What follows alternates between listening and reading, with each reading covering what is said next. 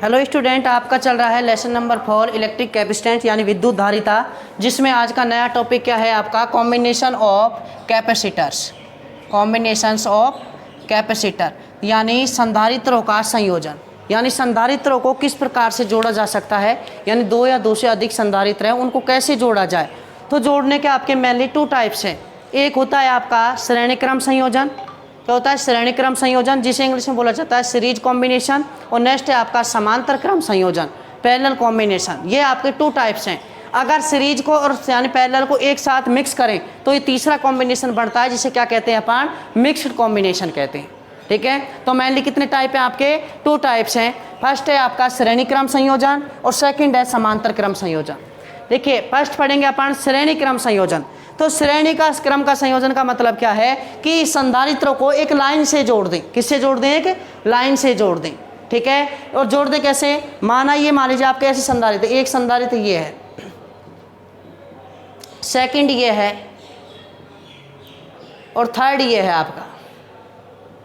अगर इनको लाइन से जोड़ेंगे तो ये इससे जुड़ेगा, ये इससे जुड़ेगा और ये आगे इस प्रकार जुड़ते जाएंगे। तो एक लाइन से जुड़े, लाइन का मतलब क्या है? एक ही पाथ बना, इसमें क्या बना? एक ही पाथ बना। ठीक है, तो देखिए जो पहला संधारित्र है उसकी दूसरी प्लेट को किससे जोड़ा? दूसरे संधारित्र की पहली प्लेट से, और दूसरे संधारित्र की जो दूसरी प्लेट है उसको तीसरे की पहली प्लेट से जोड़ दिया। ठीक है, एक लाइन से जोड़ दिया। तो इस प्रकार का जो कॉम्बिनेशन होता है, संयोजन होता है, वो संयोजन क्या कहलाता है आपका? श्रेणी क्रम संयोजन कहलाता है। देखिए कैसे, आपने मान लीजिए 3 संधारित्र का पढ़े अपन। माना 3 संधारित्र, माना 3 संधारित्र जिनकी धारिता क्रमशः C1, C2, C3 है तथा उन्हें V वोल्ट की बैटरी से संयोजित किया गया है।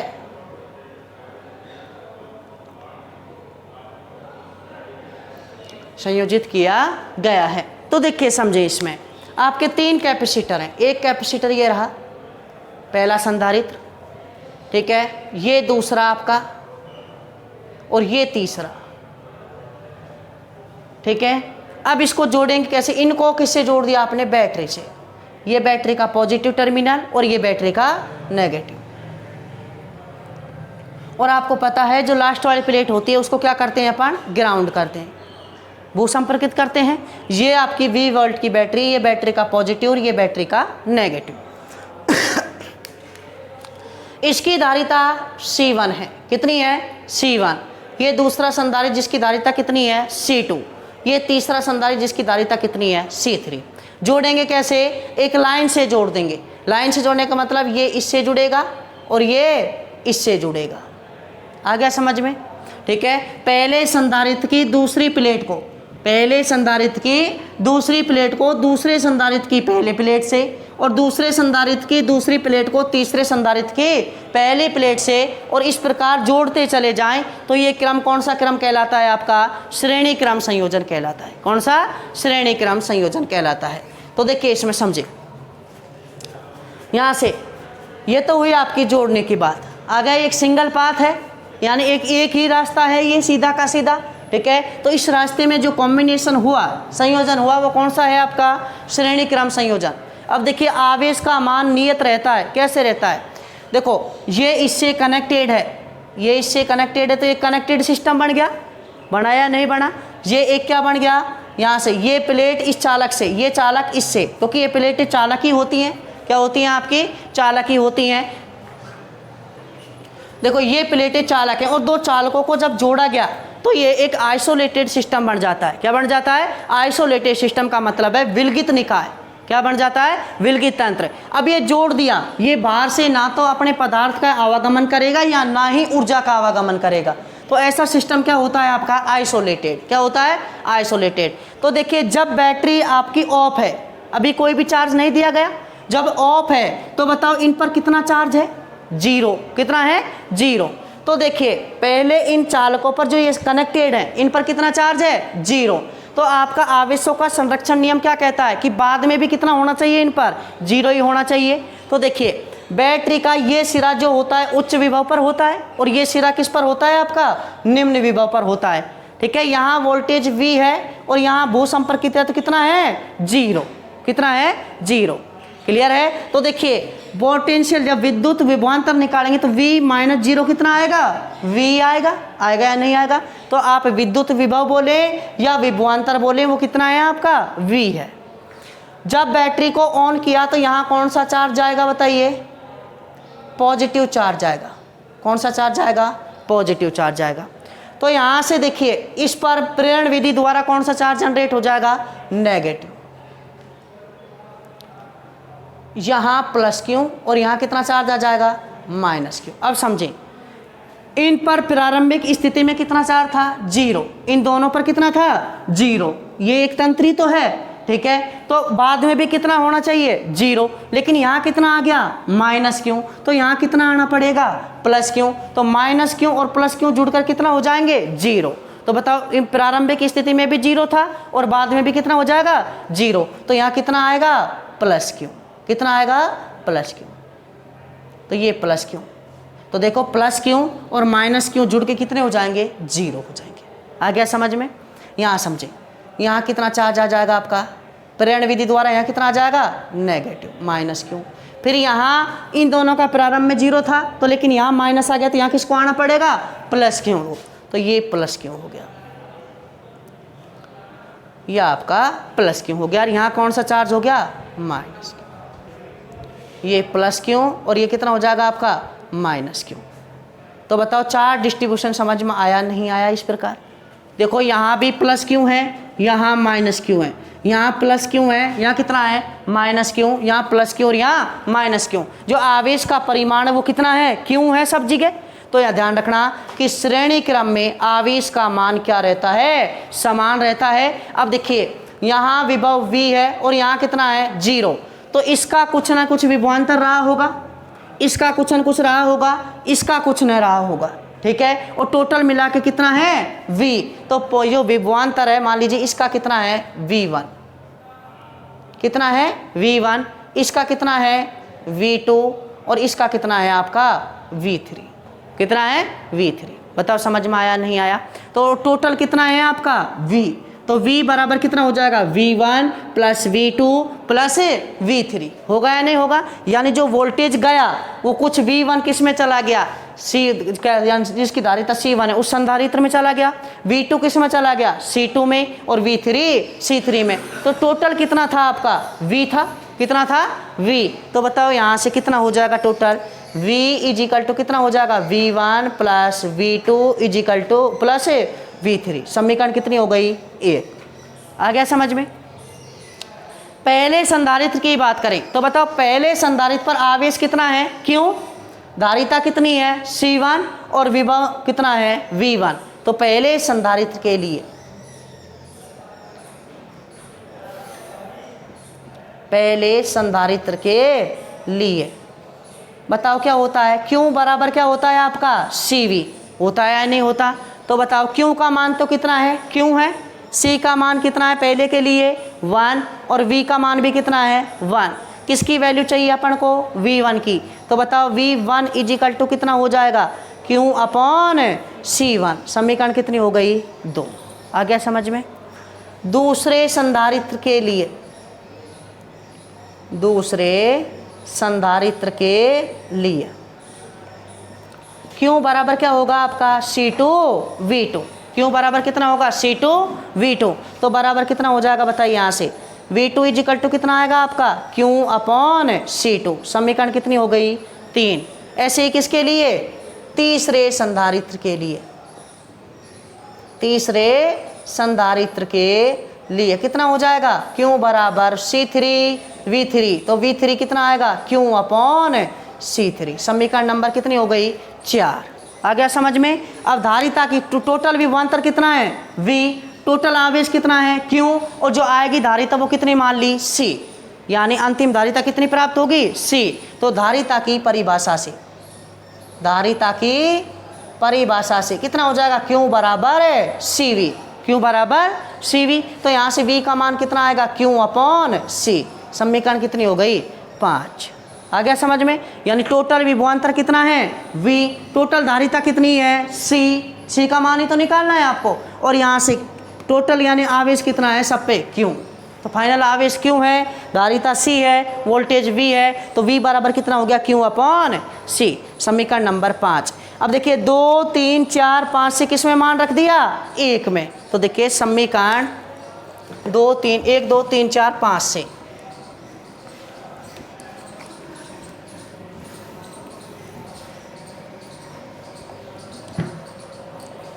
समीकरण 1, 2, 3, 4 व 5 से बताओ V की वैल्यू कितनी है, Q upon C। Q upon C। V1 की वैल्यू बताओ, Q upon C1 plus Q upon कितना है, C2 plus Q upon C3। सबकी वैल्यू रख दी। Q क्या ले लिया आपने, कॉमन। ठीक है, तो Q upon C is equal to Q क्या हो जाएगा, 1 upon C1 plus 1 upon C2 plus 1 upon C3 आएगा समझ में। Q से Q क्या हो गया, कैंसिल। तो बताओ 1 अपॉन C बराबर 1 upon C1 plus 1 upon C2 plus 1 upon C3। तो ये फाइनल धारिता आई आपको। तो देखो यहाँ को C को क्या मान सकते हो आप, तुल्य धारिता बोले। C क्या है आपका, तुल्य धारिता। तो तुल्य धारिता को C से डिनोट करें या C इक्विवेलेंट से भी डिनोट कर सकते। किससे, C इक्विवेलेंट। इक्विवेलेंट का मतलब होता है तुल्य। तो बताओ 1 अपॉन C इक्विवेलेंट कितना हो जाएगा, 1 upon C1 plus 1 upon C2 plus 1 upon C3। कहने का मतलब क्या है कि श्रेणी क्रम में, किसमें, श्रेणी क्रम में जो तुल्य धारिता का व्युत्क्रम प्राप्त होता है वो सभी धारिताओं के व्युत्क्रम के योग के क्या होता है, बराबर होता है। ठीक है, फाइनल क्या है यहाँ से कि श्रेणी क्रम में तुल्य धारिता का व्युत्क्रम, उल्टा है, व्युत्क्रम सभी धारिताओं के व्युत्क्रम के योग के क्या होता है, बराबर होता है। तो जब इसमें भाग लग रहा है तो बताओ जो वैल्यू प्राप्त होगी फाइनल वो कम प्राप्त होगी या ज़्यादा होगी, कम प्राप्त होती है। ठीक है, तो यानी ये आ गया, अगर मान ली यदि n संधारित्र हैं, क्या है, n संधारित्र हैं,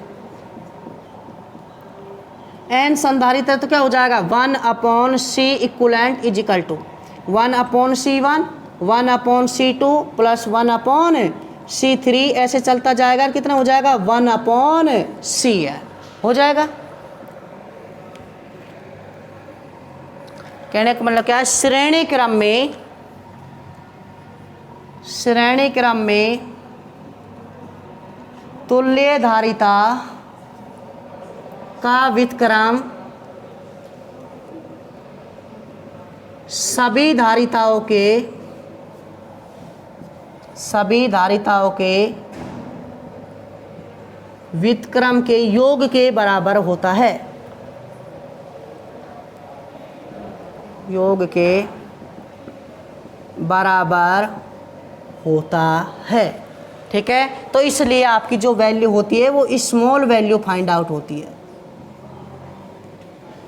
ठीक है, यानी स्मॉल वैल्यू प्राप्त होती है। ठीक है, तो इसमें सबसे कम वैल्यू, अगर मान लीजिए आपके 3 संधारित्र, ये देखियो, ये मान लीजिए 2 माइक्रोफैरड का है, ये 3 का है, ये 5 का है, तो जो वैल्यू प्राप्त होगी वो 2 से भी क्या प्राप्त होगी, आपकी कम प्राप्त होगी। जो इसमें से भी सबसे कम है ना, उससे भी कम प्राप्त होगी। तो श्रेणी क्रम का उपयोग धारिता का मान कम करने के लिए किया जाता है। क्लियर है, यानी ये उल्टा करके जब समेशन हो रहा है तो धारिता का मान क्या हो रहा है, कम हो रहा है। तो यानी श्रेणी क्रम कब यूज में लिया जाता है, धारिता का मान कम करने के लिए कौन सा क्रम यूज में लिया जाता है, श्रेणी क्रम यूज में लिया जाता है। आ गया समझ में। यदि 2 संधारित्र हैं, कितने संधारित्र हैं, 2, यदि 2 संधारित्र हैं तो बताओ कितना हो जाएगा, 1 अपॉन C इक्विवेलेंट बराबर 1 अपॉन C1 प्लस कितना हो जाएगा, 1 अपॉन C2, 2 है तो ये 1 अपॉन C इक्विवेलेंट कितना हो जाएगा आपका, C1 C2 एलसीएम ले लिया तो क्या होगा, C2 प्लस C1, उल्टा कर दिए, C इक्विवेलेंट का मान निकालना है तो C इक्विवेलेंट बराबर कितना हो जाएगा, C1 C2 upon C1 plus C2। ये किसका मान हो जाएगा, ये ध्यान रखना, फॉर्मूला याद रखना कि श्रेणी क्रम में दो संधारित्र जुड़े हुए हैं तो उनकी तुल्य धारिता कितनी होगी, C1 C2 upon C1 plus C2 होगी। ये याद रखना है आपको, क्योंकि न्यूमेरिकल में इसी से सॉल्व होंगे। या तो आप बार बार इसको लगाएं या डायरेक्ट इसको याद रखें, तो डायरेक्ट में ये जल्दी सॉल्व हो जाएगा। ऊपर दोनों को यानी संधारित्रों की धारिता गुणनफल, नीचे दोनों का योग। नेक्स्ट समझें,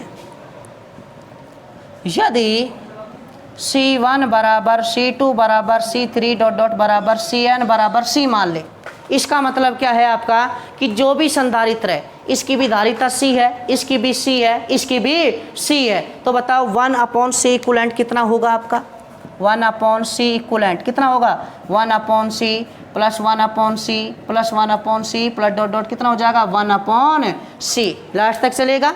ठीक है, तो 1 upon C equivalent, 1 upon C तो क्या आ जाएगा, कॉमन आ जाएगा, 1 प्लस 1 प्लस 1 प्लस कितनी बार हो रहा है काउंट, n बार, कितनी बार हो रहा है, n बार, तो बताइए कितना आ जाएगा, n अपॉन कितना हो जाएगा, C, n बार काउंट हो रहा है तो कितना हो जाएगा, n अपॉन C, तो C इक्वलेंट कितना आ जाएगा, C बाई n।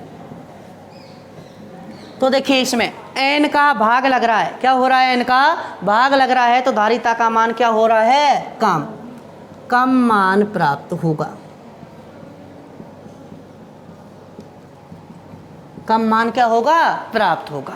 क्लियर है। तो देखिए श्रेणी क्रम में आपको यही ध्यान रखना, 3 संधारित्रों का श्रेणी क्रम संयोजन पड़ा है, जिसमें पहले पे की धारिता C1, दूसरे की C2, तीसरे की C3। इस पर आवेश कितना है Q, इस पर भी Q, इस पर भी Q, इस पर वोल्टेज V1, V2 और V3। श्रेणी क्रम में आवेश का मान क्या रहता है, समान रहता है, जबकि वोल्टेज का मान क्या हो जाता है, बढ़ जाता है। तो V इजिकल टू कितना होगा, V1 plus V2 plus V3। पहले संधारित्र के लिए Q बराबर क्या होगा आपका, Q बराबर CV, तो 1 है तो क्या हो जाए, Q का मान तो क्या है, सभी में समान है, क्या है, समान, तो Q बराबर क्या होगा आपका C1 प्लस C2 प्लस यहाँ Q बराबर C1 V1, तो V1 इजिकल टू क्या हो जाएगा आपका Q अपॉन C1 होगा, वो V कितना होगा, V1 की वैल्यू Q अपॉन C1, दूसरे के लिए Q अपॉन C2, तीसरे के लिए Q अपॉन C3। होगा या नहीं होगा। और कंबाइंड मान लीजिए उसका वोल्टेज कितना है V, ठीक है, और कंबाइंड जो धारिता है वो कितनी है C, और यानी जो चार्ज है वो सेम है, वो कितना है Q। तो V की वैल्यू है, V1 की वैल्यू है, V2 की और V3 की, सभी वैल्यू आपने किस में कर दी, यानी यहाँ से V is equal to V1 plus V2 plus V3। तो यानी समीकरण 21 में समीकरण यानी जो इक्वेशन 2, 3, 4 एंड 5 से इक्वेशन इसमें वैल्यू क्या कर दी आपने, पुट कर दी। तो यहाँ देखिए कितना आएगा, Q upon C is equal to Q upon C1 plus Q upon C2 plus Q upon C3। यहाँ से देखिए Q क्या ले लिया, कॉमन, Q से Q क्या होगा, cancel, 1 upon C is equal to 1 upon C1 plus 1 upon C2 plus 1 upon C3। तुल्य धारिता जो C है वो क्या है, आपकी फाइनल रिजल्ट की धारिता है, ठीक है, तो उसे क्या बोल सकते हैं अपन, तुल्य धारिता या C equivalent. C equivalent, equivalent का मतलब होता है तुल्य, ठीक है। तो 1 अपॉन C इक्वलेंट बराबर क्या हो जाएगा, 1 upon C plus 1 upon C2 plus 1 upon C3। कितने संधारित्र हैं, 3, 4 होते तो 1 अपॉन C4 हो जाते, n होते तो n हो जाते, ठीक है। तो बताओ जब इसमें भाग लग रहा है इसका मतलब क्या है, तुल्य धारिता का व्युत्क्रम, तुल्य धारिता का व्युत्क्रम सभी धारिताओं के व्युत्क्रम के योग के क्या होता है, बराबर होता है, ठीक है। यानी इसके जो सीरीज कॉम्बिनेशन है, सीरीज जो श्रेणी क्रम है, जो सीरीज कॉम्बिनेशन है उसमें आपका जो फाइनल रिजल्ट की जो कैपेसिटेंस धारिता फाइंड आउट होगी, ठीक है, उसका inverse summation of all capacitor capacitance inverse in summation, ठीक है, सभी का क्या कर देंगे, समेशन कर देंगे, जोड़ कर देंगे उल्टा करके। यदि 2 संधारित्र हैं तो C equivalent C1 into C2 upon C1 plus C2, ठीक है, तुल्य धारिता आ जाएगी यहाँ से। या अगर मान लीजिए सभी की धारिता सेम है तो इसकी जगह भी C रख दिया, इसकी जगह भी C रख दिया, तो क्या आ गया, n बाई C, n बार जुड़ गया, ठीक है, और उल्टा किया तो क्या हो गया, C बाई n, n का भाग लग रहा है, तो बताओ धारिता कम होगी या ज़्यादा होगी, तो कम होगी। तो श्रेणी क्रम का यूज धारिता को कम करने के लिए किया जाता है, ठीक है। ये तो हुआ अगर बिल्कुल श्रेणी को कॉम्बिनेशन में होता क्या है, अगर मान लीजिए उसमें आपके कैपेसिटर भी हैं और उसमें मान लीजिए कोई डाई इलेक्ट्रिक मटेरियल फुलफिल है, तो देख के समझे, और उनका कॉम्बिनेशन है,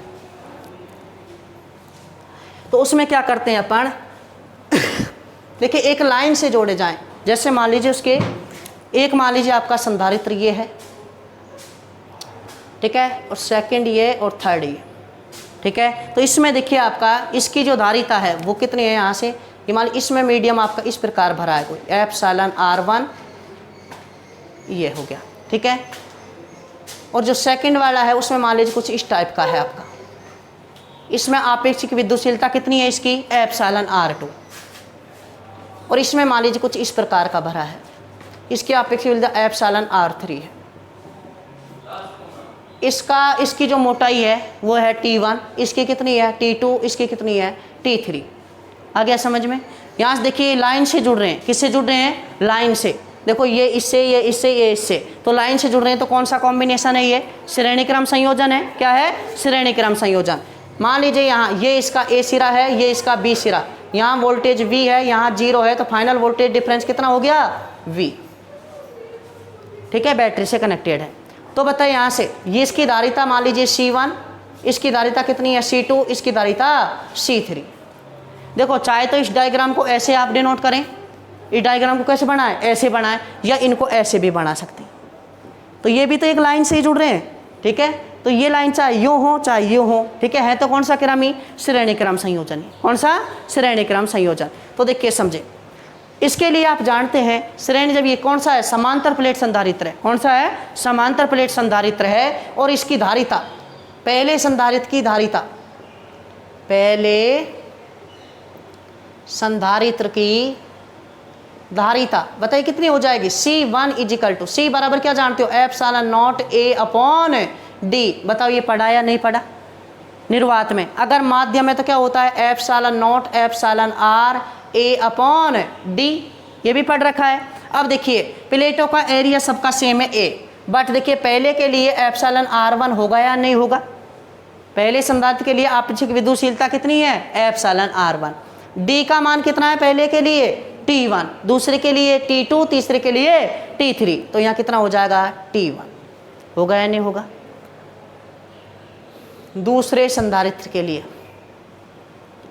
दूसरे संधारित्र के लिए, दूसरे संधारित्र के लिए कितना हो जाएगा आपका, C2 is equal to epsilon not epsilon R2 A upon कितना हो जाएगा यहाँ T2। और लास्ट तीसरे संधारित्र के लिए, तीसरे संधारित्र के लिए कितना हो जाएगा, C3 is equal to epsilon not epsilon R3 A upon कितना हो जाएगा T3। कितना हो जाएगा, T3। और हम जानते हैं कि श्रेणी क्रम संयोजन में, श्रेणी क्रम संयोजन में कितना हो जाएगा, 1 upon C equivalent, 1 upon C equivalent बराबर क्या होगा, 1 upon C1 plus 1 upon C2 plus 1 upon C3। आ गया समझ में। तो यहाँ से बताओ 1 अपॉन C इक्वलेंट कितना हो जाएगा, 1 अपॉन C1 का मान रखिए, epsilon not epsilon R1 A upon कितना हो जाएगा T1, रख दिया मान, plus 1 upon epsilon not epsilon R2 A upon कितना हो जाएगा T2, plus 1 upon epsilon not epsilon R3 A upon कितना हो जाएगा T3। T ये कहाँ चल जाएगा, ऊपर। तो 1 अपॉन C इक्वलेंट बराबर T1 upon epsilon not epsilon R1 A plus T2 upon epsilon not epsilon R2 A plus T3 upon epsilon not epsilon R3 A। तो ये किसका लिया, 3 संधारित्र लिए हैं। ऐसे कितने जुड़ सकते हैं, N भी जुड़ सकते हैं। तो ऐसे कैसे चलेगा, ये T1 अपॉन ये, T2 अपॉन ये, T3 अपॉन ये, T4 अपॉन ये, ऐसे लास्ट N तक चलेगा। तो ये है कि जब डाई इलेक्ट्रिक के साथ जो संधारित्र हैं वो किस क्रम में जुड़े हों, श्रेणी क्रम में जुड़े हों, तो उनकी तुल्य धारिता कितनी आती है, ये आती है। क्लियर है। वैसे आपको ये डेरिवेशन आ जाए एग्जाम में, श्रेणी क्रम आपको समझाना है तो केवल कहाँ तक समझाना है, यहाँ तक। ये एस टर्म है कि अगर मान लीजिए वो क्या है, पर जो मीडियम है वो प्रेजेंट हो, ठीक है, ये रिमार्क में लिख सकते हो। ठीक है, ये डायग्राम चाहे ऐसे हो चाहे ऐसे हो, है कौन सा कॉम्बिनेशन, सीरीज कॉम्बिनेशन। तो बस आपने किया क्या है, 2 बातें याद रखनी है कि सीरीज कॉम्बिनेशन एक क्या होता है, एक सिंगल पाथ की तरह होता है, जिसमें आवेश का मान क्या रहता है, समान रहता है। क्या रहता है, आवेश का मान समान रहता है। और वैसे आपने 10वीं में पढ़ रखा है प्रतिरोधों का श्रेणी क्रम संयोजन, ठीक है। तो धारा क्या होती है, उसमें प्रतिरोधों का जब श्रेणी क्रम पढ़ते हैं अपन, तो उसमें आई का मान क्या रहता है, नियत रहता है। आई का मान क्या रहता है, सिंगल पाथ में जा रही है, एक लाइन में जा रही है, तो आई का मान सेम ही होगा। और आई बराबर क्या होता है आपका Q अपॉन T। जब Q का मान, आई का मान नियत है, तो Q का मान क्या होगा, नियत। किस क्रम में, श्रेणी क्रम संयोजन। ठीक है। आई का मान तभी बदलता है जब पाथ चेंज होते हैं, यानी ब्रांचें छटती हैं। क्लियर है। तो आपको आवेश का मान समान रहेगा और उसमें जो इलेक्ट्रिक पोटेंशियल डिफरेंस है वो क्या होगा, अलग अलग होगा। तो धारिता की परिभाषा से Q बराबर CV, 1 के लिए C1 V1, V1 का मान निकाल लिया Q अपॉन C1, 2 का निकाल लिया, 3 का निकाल लिया, V equal to V1 plus V2 plus V3 मान पुट किया तो ये वैल्यू आई। n संधारित्र है तो ये आई, 2 संधारित्र है तो ये आई। अगर सबकी धारिता समान है तो इक्विवेलेंट C/n आई। ठीक है। अगर फिर है आपने कि जो संधारित्र हैं उसमें डाइलेक्ट्रिक मेटेरियल भरा है, डिफरेंट भरा हुआ है, जिसकी थिकनेस T1 T2 और T3। ठीक है। प्लेटों के मध्य डिस्टेंस कितनी मान ली मैंने, T1 T2 एंड T3। तो यहाँ से कितना हो जाएगा, इसकी जो कैपेसिटेंस है वो C1 C2 एंड C3। तो फाइनल रिजल्ट में क्या आएगा, 1/C equivalent is equal to T1 upon एप्सिलॉन0 एप्सिलॉन R1 है। और यहाँ कितना हो जाएगा, एरिया सेम ही है सबका, अगर एरिया डिफरेंट होता है तो A1 A2 भी ले सकते हो। ठीक है। तो इस वीडियो में आपका हुआ सीरीज कॉम्बिनेशन यानी श्रेणी क्रम संयोजन। नेक्स्ट वीडियो रहेगा उसमें करेंगे अपन समांतर क्रम संयोजन। इस वीडियो में इतना ही सफिशिएंट है। Thank you so much.